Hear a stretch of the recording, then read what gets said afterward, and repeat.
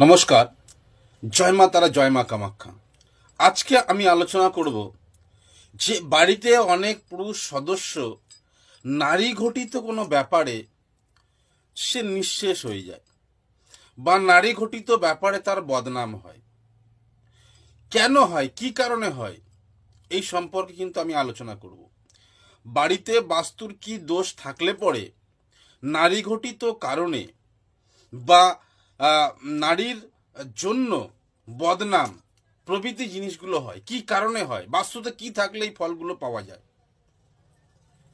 আপনারা যদি জানতে পারেন যে বাস্তুতে এই থাকলে পরে বা বাস্তুতে এই জিনিসগুলো থাকলে পরে এই নারী ঘটিত ব্যাপারটা হচ্ছে, সেক্ষেত্রে আপনারা অনেকটা কিন্তু সাবধানতা হয়ে যাবেন বা সাবধান অবলম্বন করবেন। তো আসুন, আমার ভিডিওটি যদি আপনাদের ভালো লেগে থাকে তাহলে আপনারা অবশ্যই চ্যানেলটিকে সাবস্ক্রাইব করবেন, লাইক করবেন, কমেন্ট করবেন এবং শেয়ার করবেন। আপনি দেখুন এবং অন্যকে জানার ব্যবস্থা করুন।